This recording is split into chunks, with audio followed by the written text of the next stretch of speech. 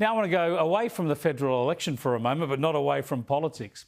You've got to love the Archibald Prize. I certainly do. It's an art competition that people actually take an interest in, an art competition where we chat about our favourites over a beer, just like we do about the footy. The Archibald generates lots of visitors to the New South Wales Art Gallery and heaps of interest. Gets us all involved in contemporary art because they hand out the Packing Room Prize and the People's Choice Prize, as well as the official winner. But it's the official winner, chosen by the trustees, that creates the controversy. And this year, the official prize went to this portrait by Blak Douglas of Indigenous woman Carla Dickens. She's shown in a flood, the picture entitled Moby Dickens. Once more, this has confirmed the trend of this award being driven not so much by artistic merit, but by politics. That's not my verdict, but the assessment of one of the nation's most prominent art critics, Christopher Allen. Writing in The Australian, Allen has said they couldn't bring themselves to award the Archibald Prize to the best picture when there was the irresistible temptation of a work by a black artist whose subject was a black woman. As a bonus, they got a reference to the Lismore floods. Progressive signalling and compassion all at once, he added. Allen said the choice was ideological self-indulgence by the Archibald trustees, and he pointed out that he and many professional artists saw another clear winner. It was this self-portrait by Robert Hannaford, who's been an Archibald finalist 27 times and has won the People's Choice Award 3 times, but Hannaford has never won the trustees' prize and was overlooked yet again. Christopher Allen saw the decision this year as a particular insult. To overlook Hannaford again feels pointed, wrote Allen, like a deliberate act of cruelty as well as stupidity. But it seems the trustees simply couldn't bear to select an artist who happened to be male and white. It's as though, in some perverse logic, Hannaford had to be made to pay for all the imagined wickedness of humans who fall into those two categories. Strong stuff. But if you doubt the politics, just listen to this year's winner. It's so pivotal to have one artwork represent the catastrophe that's happened up north and the direct result of climate change, which is quite evident. So if I can have any kind of input in a change that comes from an artistic direction, which is a tremendous achievement in its own, because we all know as artists, I can kind of boldly profess that we are always better off as artists under a Labor government. Vote Labor, you improve the climate and the art gets better. How easy is that? Earlier, I caught up with cartoonist and artist Johannes and asked him whether that strong criticism by Christopher Allen was right. Yes, I think Christopher Allen's absolutely spot on. And, I mean, Hannaford's work speaks for itself. That's what makes it so impressive. You know, the technique is undeniable. It takes years of hard work and practice to get even. That's his entry this year, Johannes. It's a beautiful entry this year. It's a self-portrait. And as you talk about his work, you say he's one of the leading portrait artists around the world. It's one of 27 finalists he's had in the Archibald, all of them wonderful pictures. Yeah, that's right. He does this year in and year out. And, you know, it's as if they sort of toss him in every now and again as a sort of token gesture to the realist painters out there. Or you know, the visitors who might actually want to see a painting of a person and recognise the likeness, you know.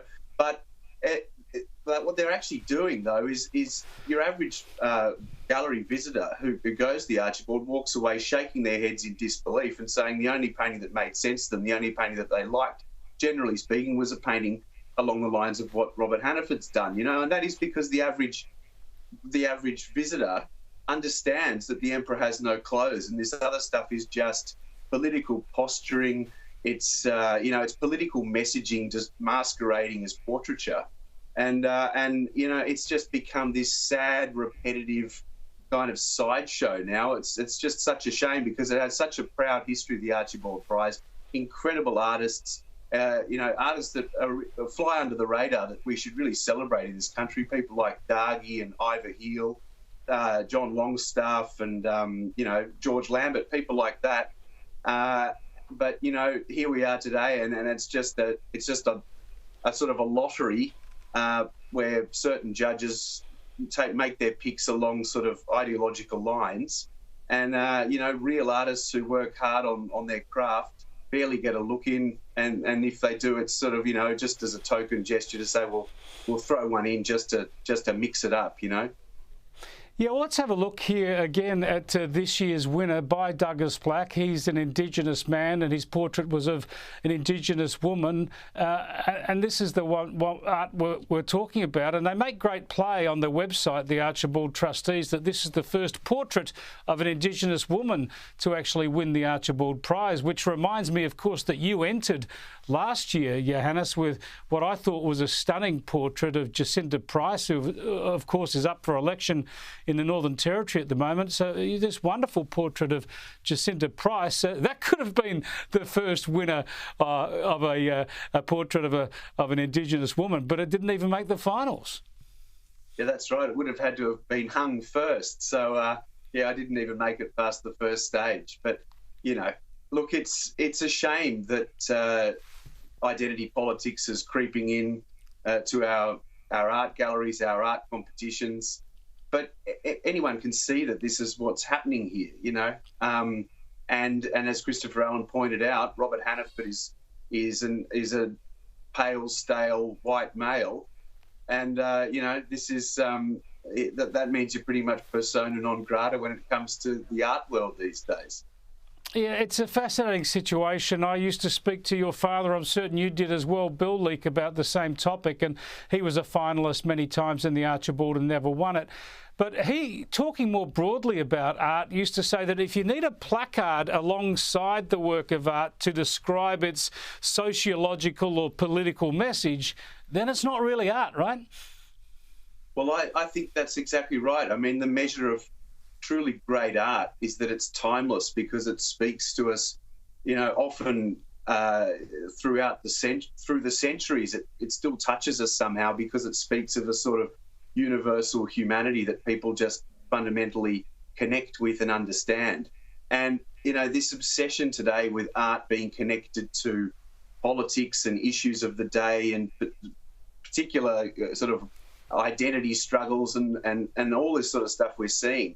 It's very linked to a time. It probably won't age very well, and it will have that feel of something that was shallow and too sort of connected to a particular moment in time, and it probably won't speak to those deeper things that make us human and that make us love art and make us see ourselves in art and understand, when we look at a painting that might be 300 or 400 years old, that we're looking at a human being who, even in their distant sort of lives, went through similar things that all humans go through. And I think that's what really great paintings, especially really great portraits, can do. It is such a pity, because it's so simple. Just reward the best art. Forget the politics and reward the best art. But I don't suppose we should hold our breath, Johannes. Thanks for joining us. Thanks a lot, Chris.